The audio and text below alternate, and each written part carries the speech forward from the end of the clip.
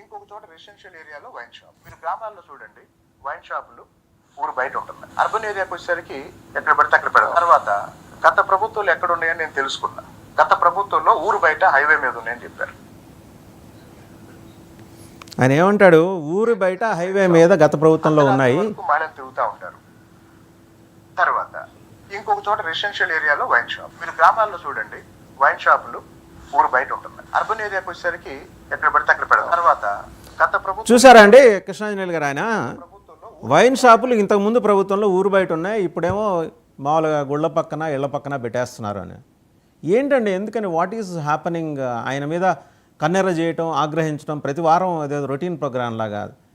సోమవారం అంటే పోలవరం, అలాగే ఆదివారం అంటే కొలికిపూడి, ఇట్లా అయిపోయింది.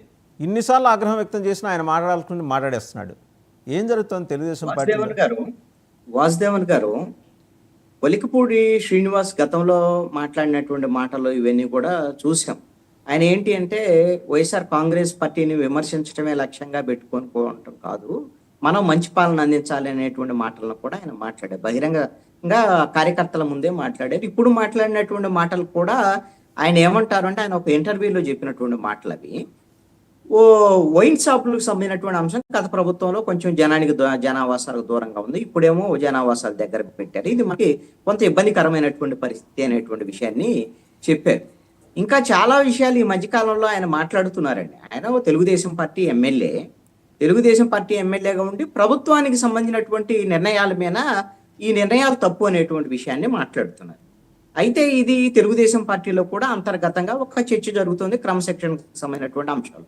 అది వాళ్ళ అంతర్గతమైనటువంటి పార్టీకి సంబంధించినటువంటి వ్యవహారం ఒకటి. రెండోది ఏంటంటే, ప్రభుత్వానికి చెడ్డ పేరు ఇచ్చేటువంటి అవకాశం ఉంటుంది, ప్రభుత్వం అయ్యేటువంటి అవకాశం ఉందనే ఒక ఆందోళన కూడా తెలుగుదేశం పార్టీలో ఉంది. అయితే ఇక్కడ ఒక అంశం అండి, ప్రభుత్వంలో ఏవైనా పొరపాట్లు జరిగితే, తప్పులు జరిగితే ప్రతిపక్షం వాళ్ళే విమర్శించాలని ఏమి లేదు, ప్రభుత్వంలో ఉండేటువంటి వాళ్ళు కూడా దాన్ని ఎత్తి చూపేదానికి అవకాశం ఉంది, అదేం తప్పేం కాదు. కానీ అది వాళ్ళ ప్రభుత్వానికి సంబంధించినటువంటి వేదికల మీద అంతర్గతంగా దాన్ని లేవనెత్తి ఆ తప్పులను సరిదిద్దుకునేటువంటి ప్రయత్నం చేస్తే అది రాజకీయంగా నష్టం జరగకుండా ఉంటుంది.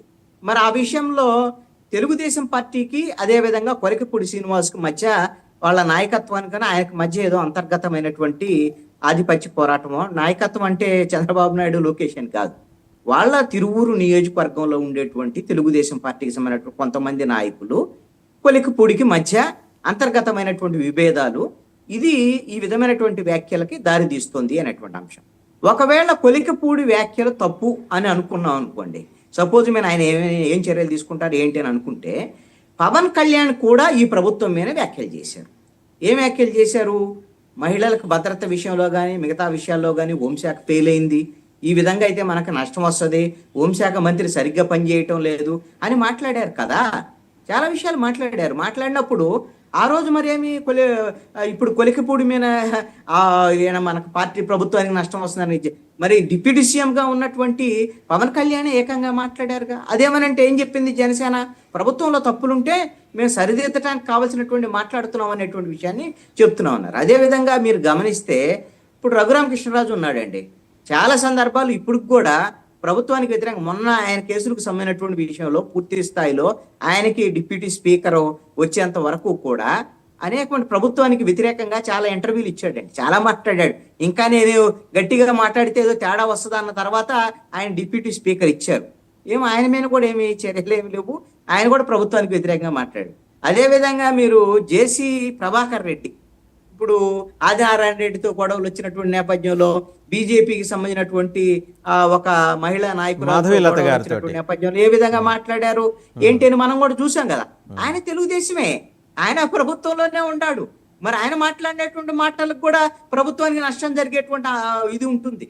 మరి ఈ విషయంలో నేను అనుకుంటాను, ఈ ప్రభుత్వానికి సంబంధించిన అధికారంలో ఉండేటువంటి తెలుగుదేశం, జనసేన, బీజేపీకి సంబంధించి వాళ్ళ పార్టీ కార్యకర్తలు సోషల్ మీడియాతోనూ వాళ్ళ నాయకత్వానికి ఘర్షణ వాతావరణం ఉంది. ఎందుకంటే సోషల్ మీడియా కార్యకర్తలందరూ కూడా మీరు ఇటీవల కాలంలో చూస్తే చంద్రబాబు నాయుడిని లోకేష్ని తిట్టకుండా తిడుతున్నారు. చాలా సందర్భాల్లో మన లోకేష్ కూడా ఆవేదన వ్యక్తం చేశాడు. మనోళ్ళు ఏదో ట్రోల్ చేస్తున్నారు అదేటువంటి కాంగ్రెస్ లో మాదిరి వైసీపీ వాళ్ళు చేస్తున్నారు ఇదాన్ని ఎక్కువైపోయినట్టు. అనొచ్చేమో.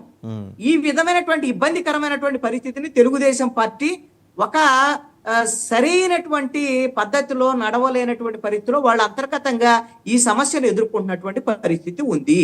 నేనేమంటానంటే కొలికపూడి శ్రీనివాస్ మాట్లాడేటువంటి మాటలో ప్రభుత్వంలో ఏమైనా పొరపాట్లుంటే వాటిని సరిదిద్దుకునేటువంటి ప్రయత్నం ఉంటే చేసుకోవచ్చు.